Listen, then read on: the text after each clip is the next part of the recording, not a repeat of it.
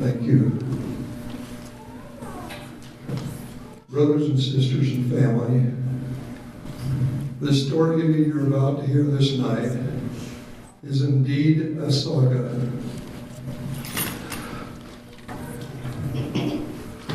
It means the story of heroic deeds. Many of you present have pioneer ancestors, and you are the beneficiary of their many accomplishments, heroic efforts, heartaches, and trials of these forefathers who had a vision and gave their all, and many times their lives to gain these great achievements.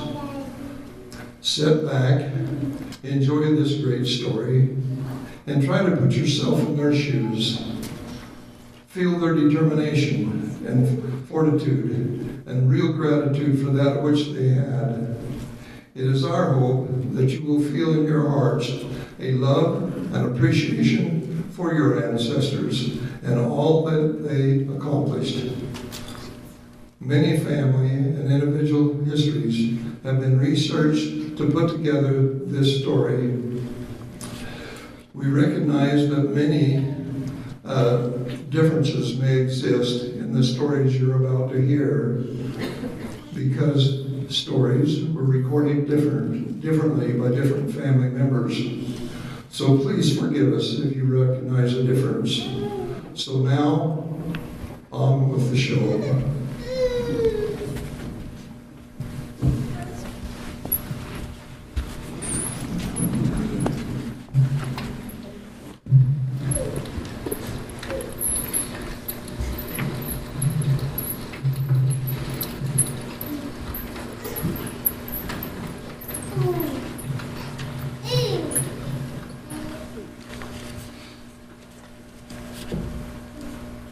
Patterson.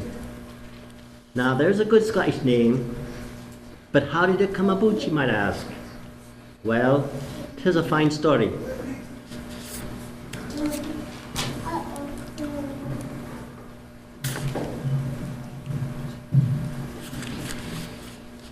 You see, we need to get back to the year 1066, at the time when the fierce Nordic tribes conquered the Saxons in what was to be known later as the British Isles.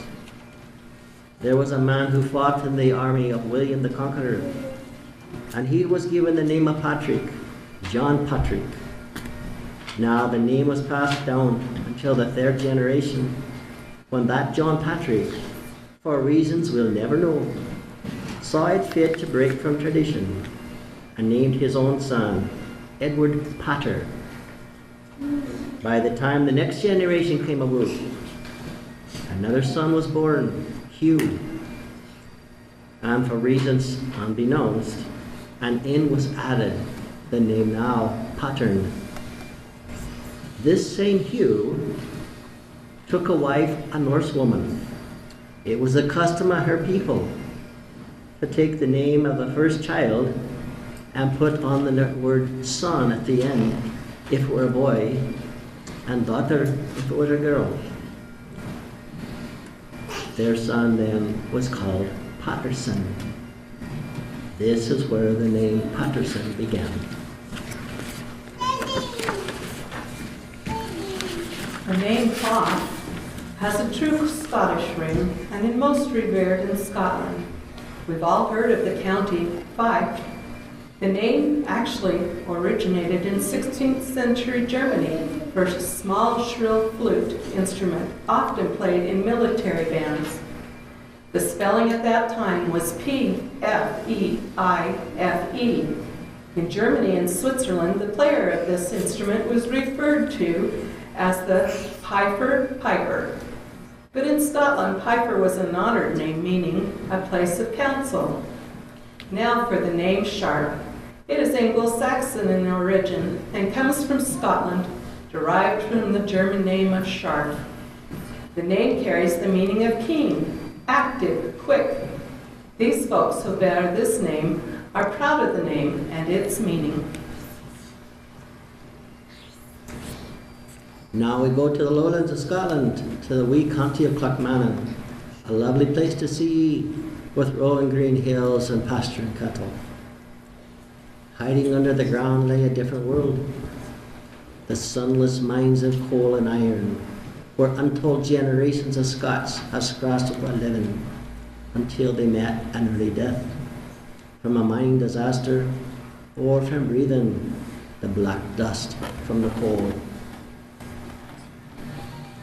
There are 6 births we're most interested in here. Those of the Fife, John Fife, that is, born 1782. Margaret Hunter, born 1783. Robert Patterson, born 1793. And Mary Drysdale, born 1797. John Sharp was born of 1785. His wife-to-be, Mary Hunter, was born 1787. The years to come, they will grow and marry John and Margaret Fife in September 1803. Mary and Robert Patterson in the year 1814. As many before them, they stay in the little country, toiling away as miners. You'll see these 3 families will grow, forming the bonds that will also form their futures. The year is 1815 and the date October 25th. Living in the town of Newton, Robert and Mary welcome their first baron, a son, and call him Andrew. Mary bears 3 more children. Daughter Janet in 1818, a second son Robert is born on the 3rd of March 1821, and on the 17th of December 1824, Alexander is born, making 4 wee ones in the family. Now, years before, in 1804, John and Margaret Fife were blessed with their first child. Together, they brought 11 children into the world, the last being born in 1826. Adam, the second child, was named for his grandfather, Adam Hunter. Margaret, the 5th child, was named after her mother. Andrew, the 6th child, well, we will tell you more about him later. The folks at Clackmannan were a sturdy breed, as the only occupation was working in the mines, mining coal and iron to scratch out a meager living for their families. Not only men, but women and young children worked doing in the pits, at least until 1842, when the government passed an act stopping women and children under the age of 10 from working in the mines. Schooling was not for mining families, not if they wanted a roof over their heads and food on their table. It was the fate of the Patterson family to follow the trade of their fathers and their neighbors, to work for the Devon Iron Company. Life was hard for the little family. The work was dirty, back-breaking and dangerous, and hours long, making the young old before their time. There's a lot above ground that wasn't any better. Conditions were pathetic, offering little, if any, comfort.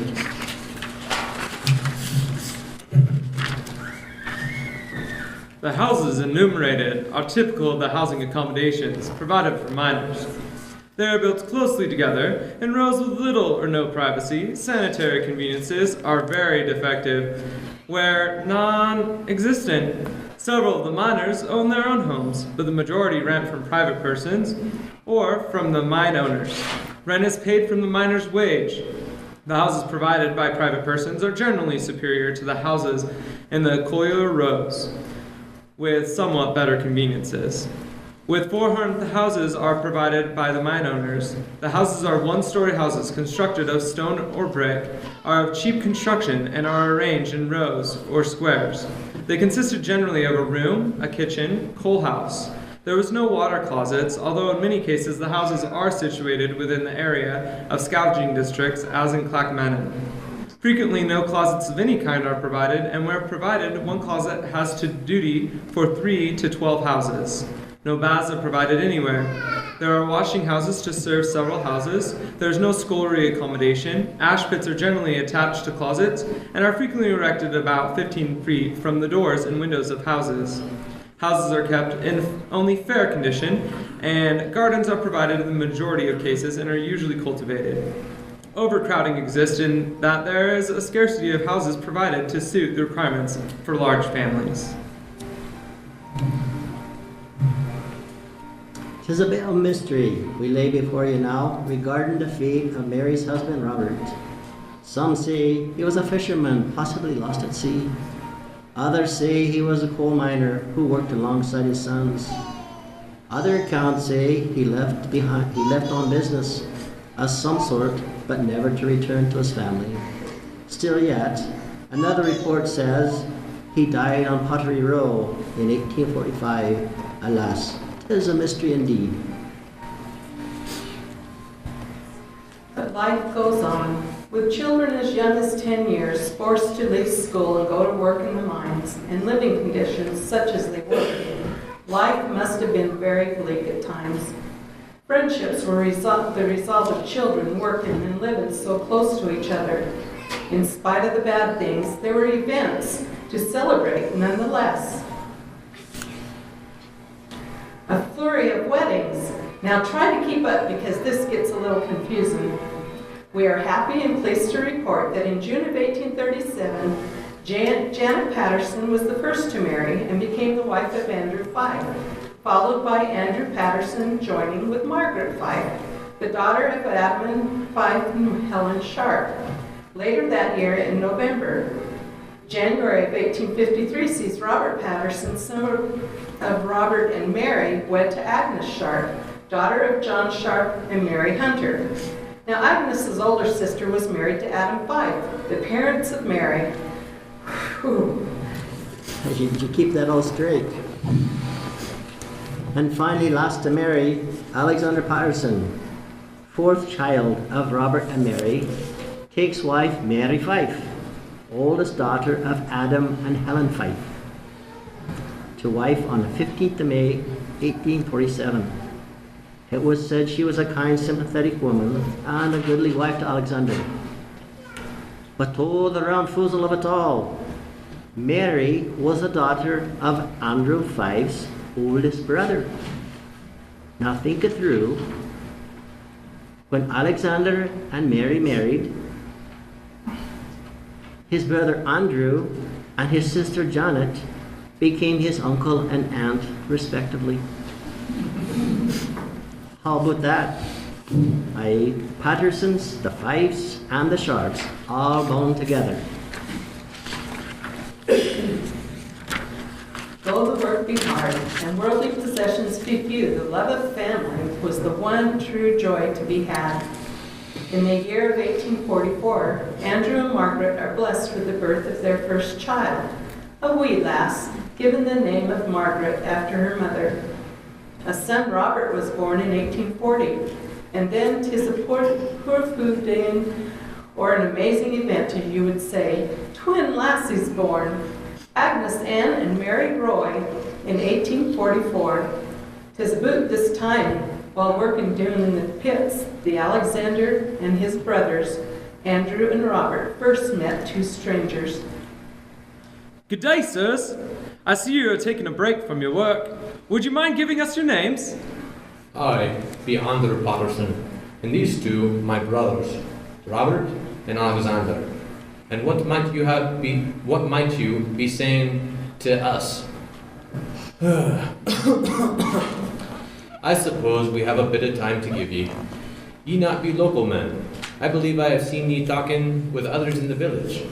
Fits your name and far ye fly. I'm sorry, sir. I don't understand. I understand him, brother. He is asking from where do we come and what is our business here. We hail from America, lads, and the people of Scotland are our business. It is hard work you do here in the mines, is it not? Tell me, sir, does it pay well? Aye, the work is hard, worse than hard doing the pits. As for the pay, it is not enough for myself and me brothers here, but all we have. I know when I speak for me brothers that we be fair scorners with the life we've been dealt. We hear that things are better on your side of the sea. Is it so? Yes, brother. Indeed, it is much improved over over your situation, I must say. Man can do whatever he has a mind for a living. The land is rich and beautiful. Every day it pulls at our hearts to be away from family and home. Why would a man leave what is good and come to a place such as this? Surely, we are not looking for the work. You are not looking for the work in this pit. Nay, brother, although we could use the money. We are here with no means of support and no intent of any occupation but to deliver a message to the people of this land. We bring good news of our Lord Jesus Christ and his gospel that makes all men free and gives them hope. What the kind of hope you seem to be in sore need of, some refer to us as the Mormons. Ye be preaching religion then? Aye, we've heard from some that may be away the fairies, or worse, servants of the devil, that no one should open the doors to ye. But ye don't seem daft or devilish to me. The Patterson brothers listened intently to the missionaries talk about the promise of America. How Joseph Smith, the prophet of God, had received a vision of the Lord and God the Father, and had been called to restore the church of Jesus Christ to the earth. They told him it was their mission to spread the word to all people and gather all believers to America, Zion. It didn't take much arm twisting, since there was no future for anyone working the mines. The promise of new life in America and the gospel message was like a glorious light in the darkness, leading the way out of the dreaded pits. Although many carried hatred in their hearts for the Mormons, some folks were so excited at the prospects that whole families were converted almost overnight. Well, the Patterson brothers were among those who listened. Andrew Patterson was baptized the 25th of October of that same year, with Robert and Alexander following close behind, only 5 days later. And I can tell ye that the happiness Alexander felt was short-lived, for when his wife Mary was told the news of this conversion, oh, she was anything but pleased, and was not open to knowing anything about those Mormons and their religion. 'Twas the talk of the stream, how she threw him out, knowing anything about it. However, always being this gentle, loving woman she was, it didn't take long before she chose to find out more about it all, being that her very own parents had also listened to the message and joined the Mormons as well. Mary soon came to know the missionaries were the men of God and was herself baptized. I be Agnes Patterson, wife of Robert Patterson. We were so happy to hear the true gospel preached and to find out we could be a part of it. It was a thrilling day when we went down to the water and were baptized. Little did we know at the time of the trials and heartaches yet in store for us. Our family and friends who did not embrace this new religion turned against us. Throw stones at my door, you would say, and we became despised and hated by them. It took 7 months for Andrew's wife Margaret to come around, but on the 28th day of May, 1848, she too was baptized into the faith. You know, it was a sad thing for Alexander and his brothers that their own mother remained bitter against the church until the very end. Poor soul.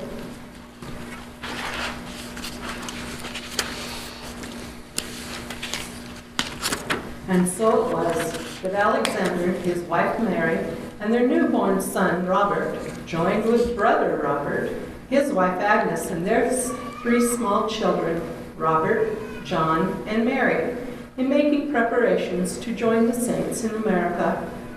Leaving Scotland forever, goanna ne'er to return, they packed up their meager worldly possessions and said their goodbyes. The families of Robert and Alexander were the first to set sail the 7th day of September, 1848.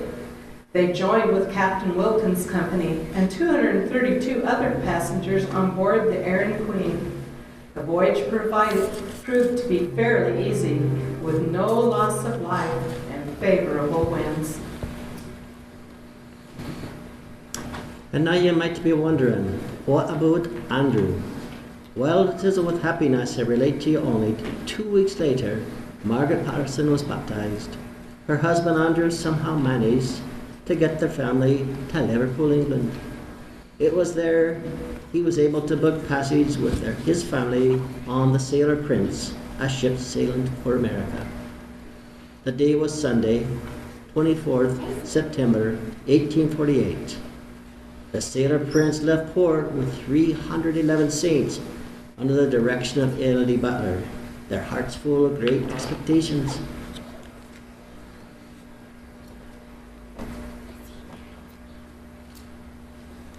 It is remarkable to see the regularity and order prevailing among the immigrants. Saints, although coming from different parts of the British Isles under the influence of different habits and customs, yet as they met, they harmonized together like the stones of Solomon's temple, because they all have been born of the same Spirit and have been made partakers of the same blessings and filled with love toward one another.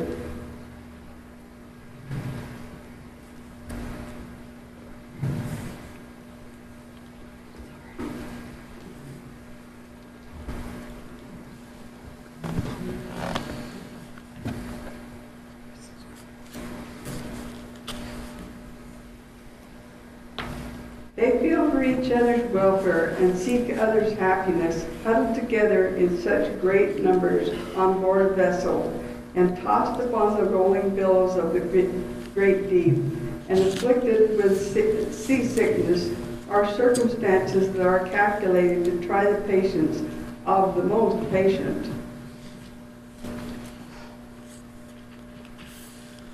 "'Twas on the Sailor Prince that the crew was not overly fond of Mormons, which tried our patience greatly. For 6 weeks our daily meals consisted of mostly navy beans, although I must say that the voyage was mostly a safe one, although the saints lost 4 little children to sickness during the journey. One brother was seized with a violent fever, but thank the Lord, he was healed by faith, prayer, anointing of the oil." The voyage of the Erin Queen was fortunate to have no deaths occur and very little sickness. However, food that was provided was less than adequate, to be sure. After 7 weeks on this ocean, the ship carrying Alexander and Robert and their families arrived in New Orleans, with Andrew and his family soon after on the Sailor Prince. I be Alexander Patterson. Our arrival in America brought more hardships than we were to endure. Mind ye, I was not to complain. I had made my choice for the sake of the gospel and the happiness and well-being of my family, and was prepared to do whatever was required to make a go of it. Lucky for us, a good brother from the church had planned for all of us to travel to St. Louis, where accommodations waited us. We were off again, going up the Mississippi River. I am Mary Fife Patterson, wife of Alexander. It was on the river that we first heard of the cholera epidemic that was spreading in the area. I was worried about the health of our family, food being as scarce as it was, and us being pure done in from our travels. All around us, folks were battling the illness. I did not have time to think about my parents who were left behind in Scotland. My heart ached, knowing that their only wish was to come with us and the other saints to America. We settled in a little town called Garabi, about 7 miles out of St. Louis. And what do we find there but coal mines? Our former occupation we had hoped to be free of proved to be our salvation for sure. The coal needed to be hauled from the mines over to the Mississippi River, where we loaded it onto boats for $3 a ton. And you know, I had long promised Mary and her parents, who we had to leave behind in Scotland, that I would earn passage for them to join us in America. God blessed me with the means to do just that, as well as provide shelter and food for our families. God blessed me with such a good man for a husband. Strong, yet kind and honest he be, as many'll tell ye. I could ask no more of him than he was willing to do. What for ye'll no go by ye. What's meant to happen will be. Ach, now, how it grieved him and broke our hearts when our wee bairn Robert took ill with the cholera.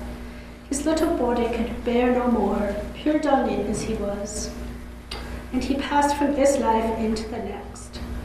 Our only son born in the homeland.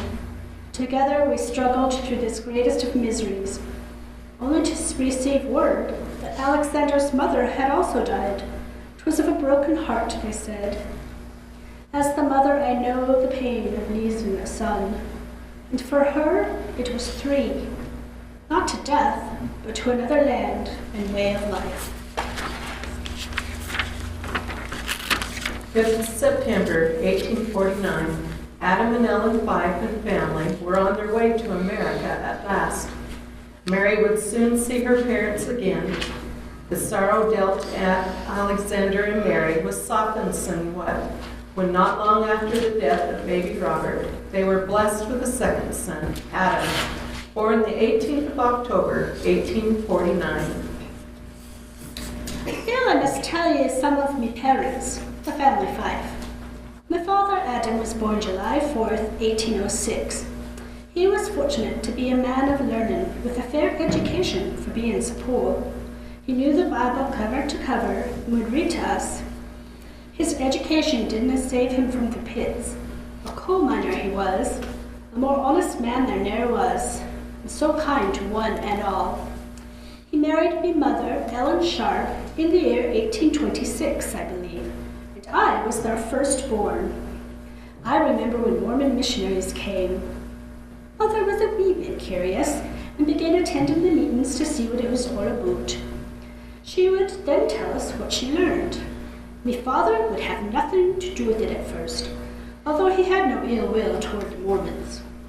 Finally, he did go with me mother to a meeting. His eyes were open, and his mind as well, to the truth of what they said.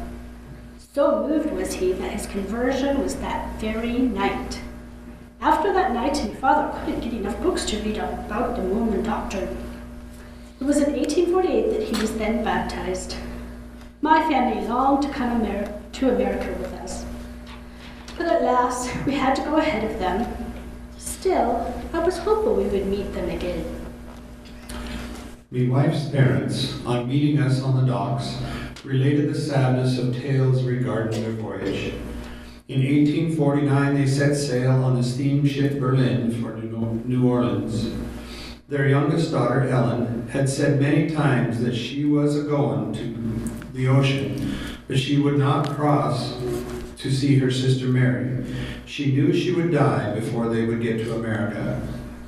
Adam was able to console and promised her he would look after her so she would get to see her sister again. It was finally enough encouragement, so she boarded the ship. 'Twas not many days at sea when little Ellen took ill. It could have been cholera or some illness resulting from the filthy conditions of living with so many people in such a small space. No one knew for certain. A few weeks at sea was all, and little Ellen died. Oh, the grief of that father and mother, with no home soil to bury their wee small one in, only a cold, watery grave. Never to visit her resting place, nor lay flowers at the side of a gravestone. And me mother, dressing her little daughter for the last time, gazing upon her bonny wee face afore wrapping her in a bit of old sailcloth the sailors had found. She so feared her small body did not have the weight to bury her in the deep. So she gave the crew her own flat irons, hoping it would be enough. After the sailors let the body into the ocean, the little package floated in the wake of the ship for days, while my mother and father kept watch from the rear of the ship. 'Twas a scene that surely brought tears to the hardest of the sailors, and caused such sorrow for my poor father that he could not speak for days. Guns were finally used to shoot holes in the wee package which floated behind the ship. After a number of holes were put into it, it took on water and slipped beneath the waves. We did what we could to offer some comfort to my family as they told us of their heartbreak and the deep sadness that was theirs for the rest of the journey. Then, only to add to the pain as we told them of our wee one that had died as well. Bittersweet reunion it was. The family is reunited again, but no time to waste. The family needed to press on. More miles to travel, more sacrifices to make, arrangements to be made. They would need oxen, wagons, and provisions to purchase for the journey west, but that would come later. Soon after the Fifes arrived, the family boarded a riverboat up the Missouri River to Iowa, where they would be outfitted for the trek. While traveling on the river, Mary gave birth to their third son. I am your boat captain. Good day, ma'am, Mr. Patterson. My first mate tells me that your babe has come. I do hope all is well with you and the child. We have another son, Captain.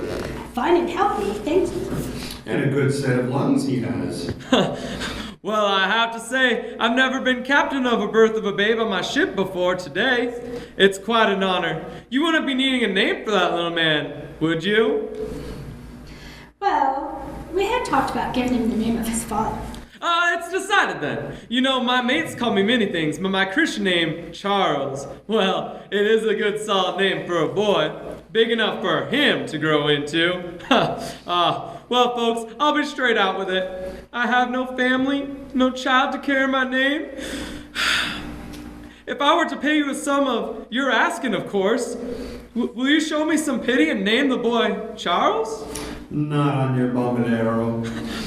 'Tis a good name to be sure, Captain, but I understand your heart. I do feel it my duty to hold to the true tradition of our homeland in Scotland that calls for him to carry the name of his father. Alexander it will be. He's a handsome child. You're a fine little family. I only hope he's strong enough to the journey. He's so very small. He's a Patterson. He'll be strong enough. We should be letting him sleep. Settle in, folks. We're stopping for the night. Get your bags. For Andrew Patterson, his wife Margaret, and the 4 children, Margaret, Robert, and the twins, Agnes Ann and Mary Roy, the journey up the river from New Orleans would require some sacrifice, and more than they bargained for. Indeed, the Patterson family, hadn't they been spared their share of hard times, as you will see. I am Margaret Fife Patterson, wife of Andrew Patterson. Andrew, my husband, made certain we were all aboard the steamship headed up to Mississippi. It was such a trying journey for me, being in ill health. Pure done in from our travels. It was all I could do to care for our little children, trying to keep a little food in their bellies with what little money Andrew has saved. June 2nd, 1849, we have word that Mary Hunter Sharp has died, most likely of cholera. I'm Andrew. We were finally able to make it to St. Louis. I knew we had not enough money to get us onto Utah, so we were able to stay a bit in the morning calm.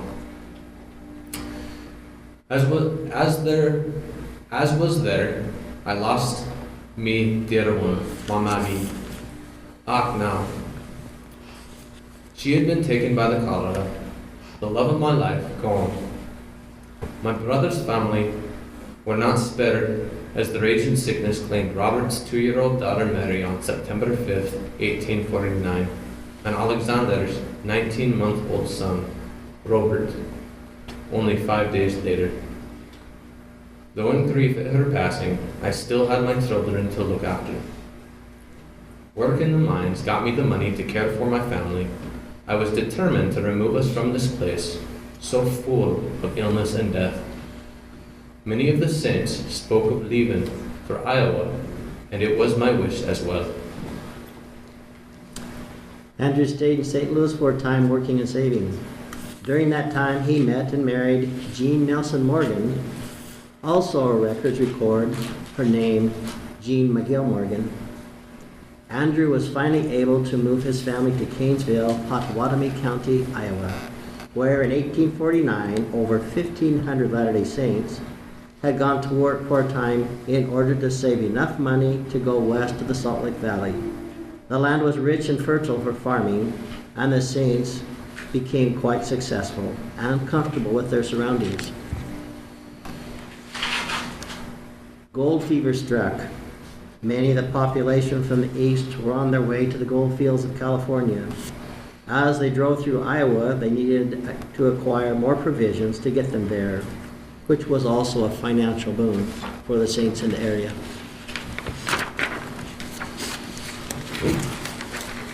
Let me take a moment of your time. I be Agnes Sharp Patterson. My dear husband was Robert Patterson, third child of Robert Patterson and Mary Drysdale, the older brother of Alexander Senior Patterson, which you have heard so much about this evening. We were so happy to hear the true gospel preached and could find out we could be a part of it. It was a thrilling day when we went down to the water and were baptized. Little did we know at the time of the trials and the heartaches we would experience and the hardships we would endure. Ye have heard so much about death and given your life for the gospel of Jesus Christ. I am here this night to tell you firsthand about death, as my life has been filled with it.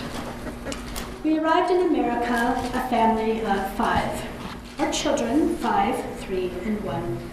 The road ahead of us was bright, and we never thought of death coming to any of us. The death came to our door. Young, sweet Mary died 5 days short of 2 years old in 1849. She was born in Scotland and died in the town of Gravy. Then it seemed unending. June 1851, after our arrival in Salt Lake City, our son Robert, just 7 years old, was taken. September 1852, our dear daughter Ellen died. She had been born in Council Bluffs while waiting to leave on a wagon train. March 1853, our 7-year-old son John passed. He was the last of our children born in Scotland. The 12th of January, our daughter Agnes died, being 11 years old. She had been such a great help to me in keeping up the home. Only 16 days later, tragedy struck again, taking our 4-year-old daughter, Jeanette. 2 years later, November 1868, our 8-year-old son, Alexander, passed away. It was a breaking death for 18 years. Then our son, Adam, at age 33, died. August 1886. 3 years later, my dear husband died. He was 68 years old at the time and a hard-working man. And I loved him dearly. It was 13 years later when our son Joseph died on the 10th of January, 1902, at the age of 44. There was one remaining son at me passing on the 15th of October, 1902. I had reached the age of 79, having lived longer than any of my immediate family. Then, the last was Hiram, who died in 1933 at the age of 62. 7 of my teen children died young, only 3 living to be adults and have families of their own. Is death the end? No way. It is a parting with family and friends here in this life. But oh, what a reunion I had with my dear husband and 9 children when I arrived on the other side of the veil. As I look back, would I change things by not joining the true church and coming to America? The answer is no. My life has been full. If you would care to know more about death, maybe sometimes we can sit and have a wee visit. The Mormons in Iowa had become a bit too comfortable with things as they were. The church leaders in Salt Lake had sent calls to the saints, still in the East and Midwest, to join them in Utah, with the goal of doubling the population as quickly as they could. Brother Andrew, have you heard the news from Salt Lake? I have indeed, and a hard thing it is to hear. My family is content in this place. I've just cleared another piece of ground. The farm is doing so well. This past year I had to take on another man to help with the harvest. It was so great. My feelings are the same as yours, brother. But my conscience is weighing heavy. The prophet is calling us to come home. Andrew, without fail, I shall be selling my farm as soon as I am able. I know I must sell as well. I cannot let any moss grow on my back. I'll be breaking the news to me wife this evening, I suppose. The year is 1851. There's a commotion in Iowa, with families outfitting their wagons and loading up all their earthly possessions. The Patterson families are among those who are ready to embark to the next leg of their journey. Exhibiting a strong faith in God, hope in Zion, and a deep love for their families, they begin their trek to the valley of the Great Salt Lake, 1,300 rough miles ahead of them. Adam and Ellen Fife are blessed with the birth of a daughter, Janet, which soothes their hearts and brings a rays of hope again. They did not cross with the Patterson families. They left a bit later. Adam Fife approached the captain of one of the wagons. He asked if his 12-year-old son could cross with his company and drive their cattle across the plains. One less mouth to feed along the trek. That could be a blessing. So after much consideration and prayer, it was agreed with one admonition. As soon as you get to Salt Lake, you find your Uncle John and your Uncle Adam, and you stay with him till we get there. The thought of the Valley of Utah, the blessings of the gospel inspired them to plod on day by day. Their hearts were light and gay, and it gave them courage and strong determination. Surely this was the proof that the Lord was with them, for they were sorely tried in many ways. They endured many hardships from hostile Indians, which followed them night and day. Andrew and his new wife, Jane, were expecting the first child, Edward, which was born prematurely, the 16th of May, 1852. This was just weeks before they were to head out with the John Higbee Company. Theirs was the first of 23 companies to leave Kingsville that summer, leaving the county practically empty of Mormons. As I gazed at this wee, small babe, born too soon for its time, I prayed he would survive this journey before us. Not to be separated from her son, my wife Jane would lay our wee Edward on a pillow and would carry him in her apron as she walked behind the wagon all the way across the plains.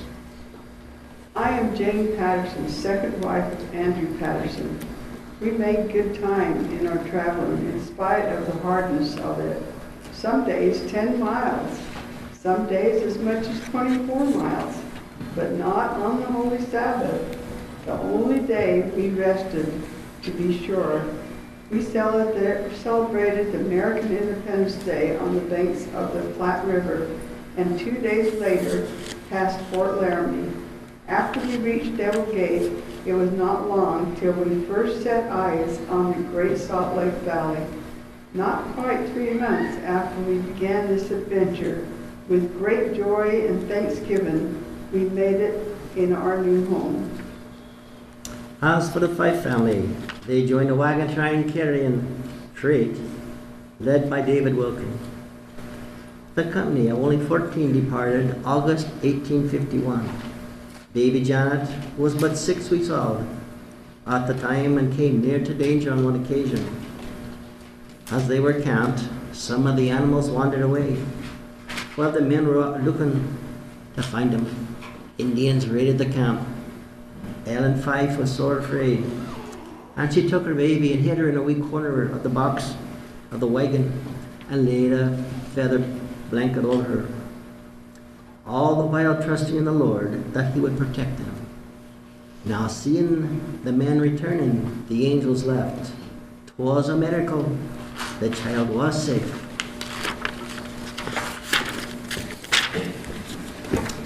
Meanwhile, unbeknownst to Adam and Ellen, things didn't bode well for their 12-year-old son, who had gone ahead with another company to herd the cattle in exchange for food. One morning, without any provocation, the captain said, "Well, Adam, you'll have to bundle up your things and find some other way to cross to Utah. Because my provisions are running low, I don't know I'll have enough to feed my own family. You'll need to find another way." Oh, that poor boy. What was he to do? Only 12 years of age and without family in the company.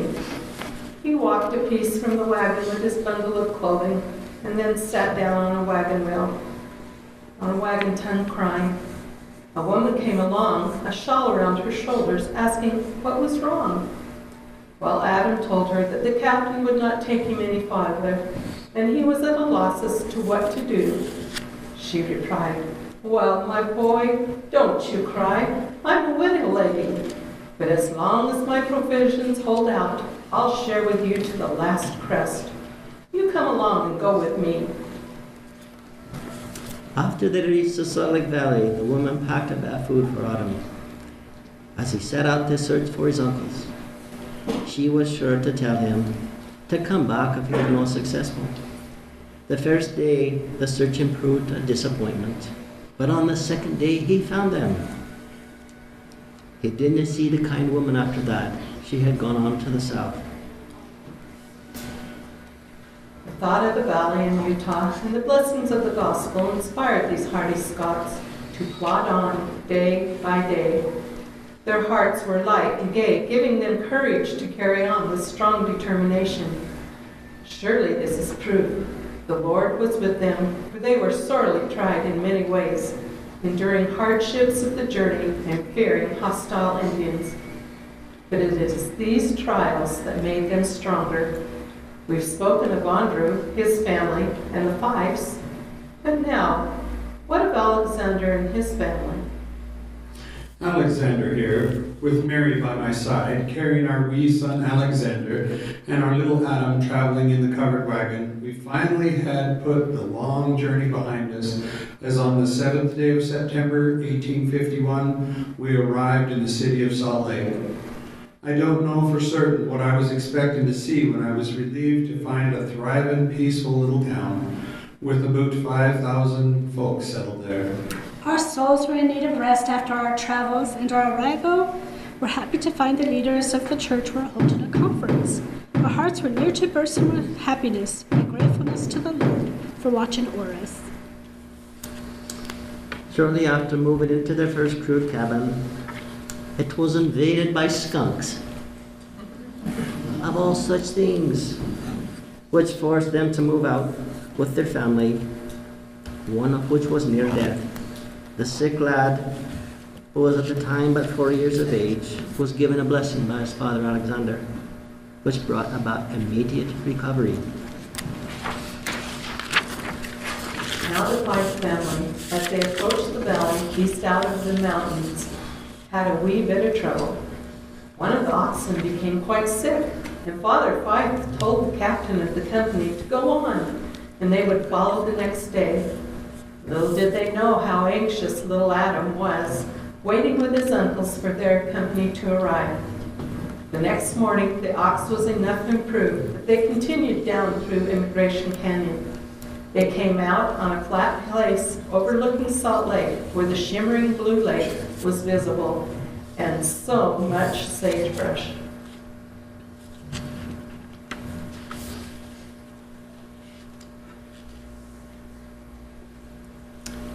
By the time the saints had put up log cabins, which didn't show much over the tall sagebrush, Ellen thought she saw dugouts along the foothills to the south and wanted to move there. But Father Fife was afraid the oxen would not be able to go there. So he said, "We'll stay where we are." It was then his little daughter Agnes shouted that she could see someone a-coming.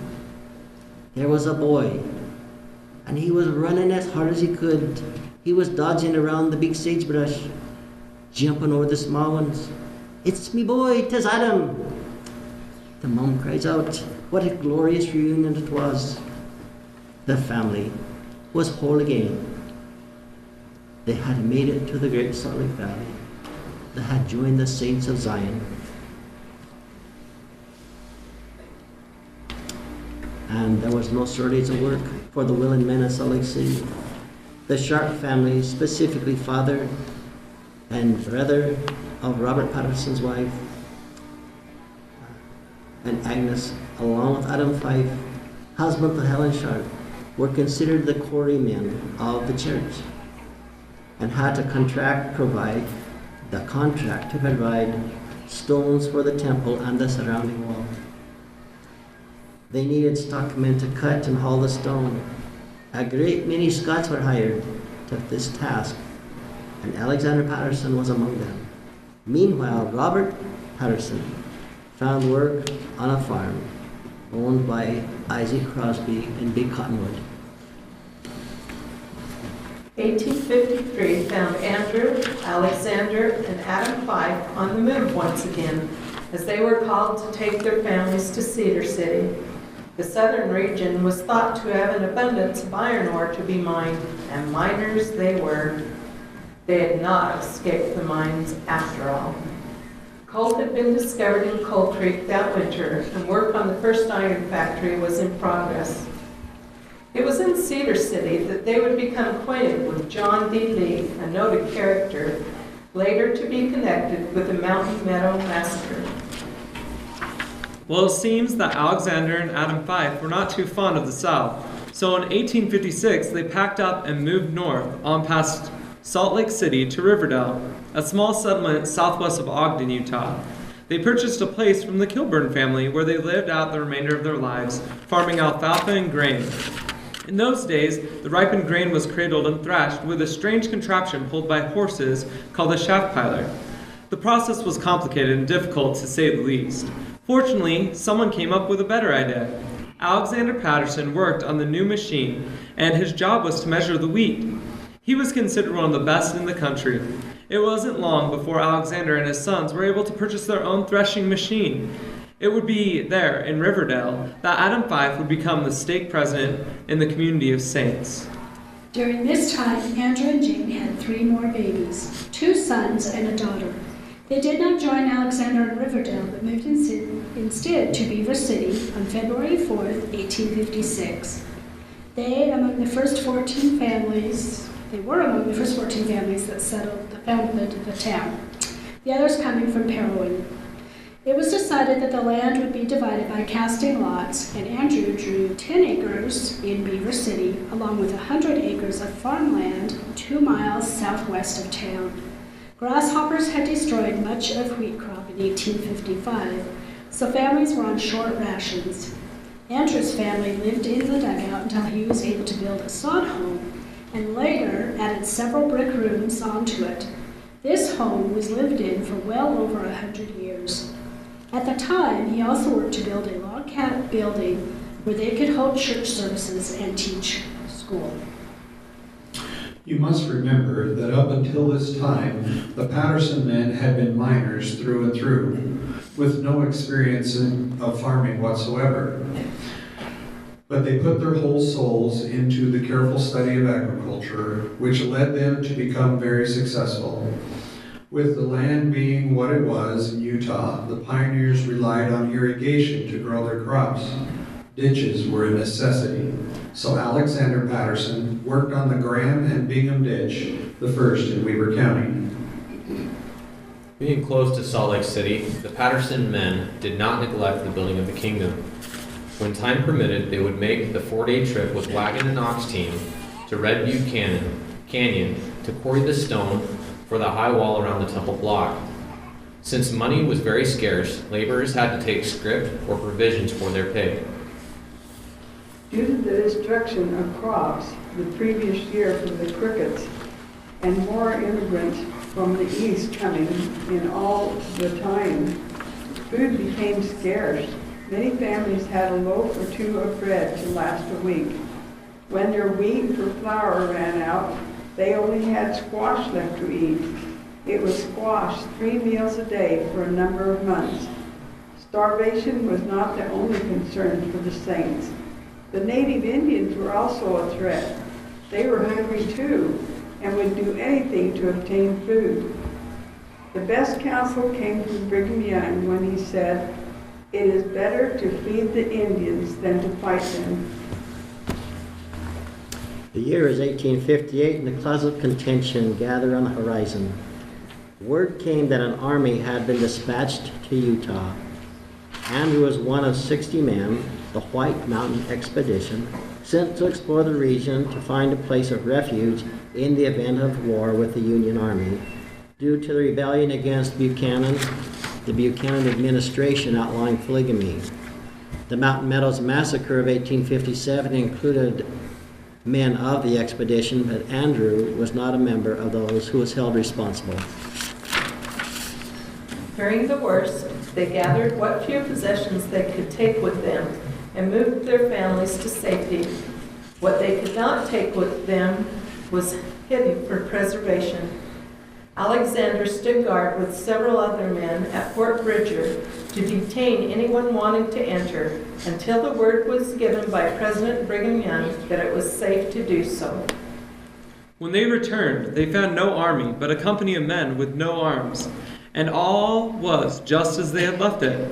The newly planted grain had grown waist-high and stood as sentinels of God, always on guard, ready to protect. This was in 1858, but they did not come back until spring.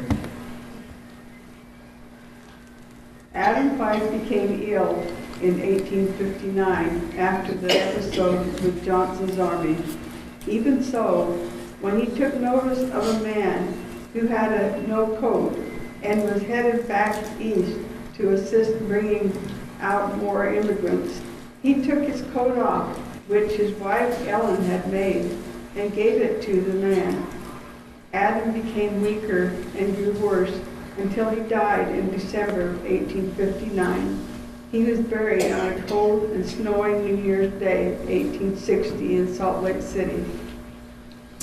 As the days, months, and years passed, Alexander was called to Salt Lake City to drill sandstone for the temple. His work there lasted 2 years. Food was scarce, and he made 2 loaves of bread last for a week. He was well known for his honesty and was always able to borrow any amount of money needed. Although a hard worker, he very much enjoyed parties and the entertainment of the day. He would whistle or hum while he worked and was very good at it. Their family of 12 children all lived happily in their rough-hewn log cabin and were ready to help anyone who came to them in need of food, clothing, or shelter. Alexander remained in Riverdale, Weber County, until his death in October of 1886. He was buried in the Ogden City Cemetery, mourned by his wife, Mary Fife Patterson, 6 sons and 6 daughters. In all his works, he was honest, upright, and respected, always on hand when called upon to labor in the interests of the church. Andrew and Jane had 3 more children, all born in Beaver City, where in 1869, Andrew was sustained as a counselor in the bishopric of the Beaver LDS 2nd Ward. He served until his death from kidney disease in 1879 and was buried in Beaver City's Mountain View Cemetery. Andrew Patterson died in 1879 in Beaver, Utah. His first wife, Margaret, died of cholera in 1849 in St. Louis. His second wife, Janet, or Jane, died in 1878 in Beaver, Utah. Robert Patterson died August 16, 1889 in Salt Lake City. Agnes Nancy Sharp, wife of Robert, died October 15, 1902, Salt Lake City. Alexander Patterson died in 1886 in Riverdale, Utah. Mary Fife, wife of Alexander, lived a long life and passed in 1908. Janet Patterson, sister to Andrew, Robert, and Alexander, died in Scotland in 1841. Adam Fife died in 1861 in Riverdale, Utah. Helen Sharp, wife to Adam Fife, died the year 1866, also in Riverdale, Utah. John Sharp died in Salt Lake City in 1852. Mary Hunter Sharp, wife of John Sharp, died in St. Louis in 1849 from the cholera. You may be interested to learn a little bit about the descendants of the Patterson Fife and Sharps. Adam Patterson, the baby born in St. Louis shortly after his older brother had died of cholera in 1849. He became a great businessman and a rancher. His largest ranch consisted of 220,000 deeded acres, stocked with 33,000 head of cattle, 5,000 head of horses. At one time, he and his brother-in-law owned over 100,000 sheep. He was the owner of the largest wood ship building company on the West Coast, supplying wooden ships for the First World War. He started up 4 or 5 banks. He was one of the first board of directors creating the Amalgamated Sugar Company. He at one time owned much of the land in California where many movie stars live today. Andrew Patterson's Sr.'s other sons were involved in the building of many of the railroad grades in Utah, Idaho, and Wyoming. They were also farmers and well-devoted community and church leaders. Andrew Patterson and Sons were brickmakers, farmers, sawmill owners, and builders, and were leaders in both church and community affairs. Andrew was involved in the establishment of the city of Beaver, Utah. Andrew's one daughter was the grandmother of Philo Farnsworth, the inventor of TV and many other electrical devices. The women of the Patterson, Fifes, and Sharps were leaders in relief societies and assisting others in the most loving and kind ways. They delivered babies, sat with and cared for the sick, and helped prepare the deceased for burial. Their services were in great demand. The men of the Fife families were mostly farmers, and good ones at that. They were not only good farmers, but very active in church and civic affairs. Members of the Sharp family were very industrious and influential people. John Sharp and Mary Hunter Sharp, oldest daughter of Helen, married Adam Fife.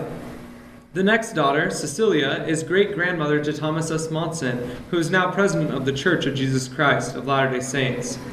Sons John, Adam, and Joseph were the contractors for the stone for the Salt Lake Temple and surrounding walls. John was also the superintendent for the railroad in the Salt Lake area. Under his direction, the rail lines to Ogden were placed. He was bishop of the Salt Lake 20th Ward and known as the Railroad Bishop because of his position with the railroad. John's son James was mayor of Salt Lake City, state representative, and regent of the University of Utah. Joseph, before mentioned, was also a freighter, hauling goods from Omaha to Salt Lake. He had 25 wagons pulled by oxen. In the year of 1864, an untrained teamster was driving the oxen across a river and not knowing how to maneuver the oxen in deep water, mishandled the oxen, and the wagon tipped over. It was loaded with sugar. From then on, the river had the name Sweetwater River. Joseph then personally drove the rest of the wagons across. He was so exhausted, and that after the last wagon had crossed, he laid down and died 30 minutes later. A grandson, John C. Sharp, was sheriff of Salt Lake City for many years. A granddaughter's husband was an organist in the Salt Lake Tabernacle for 40 years. There is much that we have not said in remembering these who are dear to us. Much that has not been said of their heroics, struggles, triumphs, and even the seemingly insignificant daily occurrences that we would relish in hearing.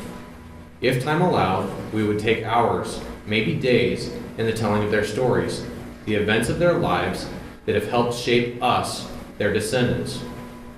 There is still so much to share of the legacy they have passed on to us, but all good things must come to an end. We thank you and bid you a good night.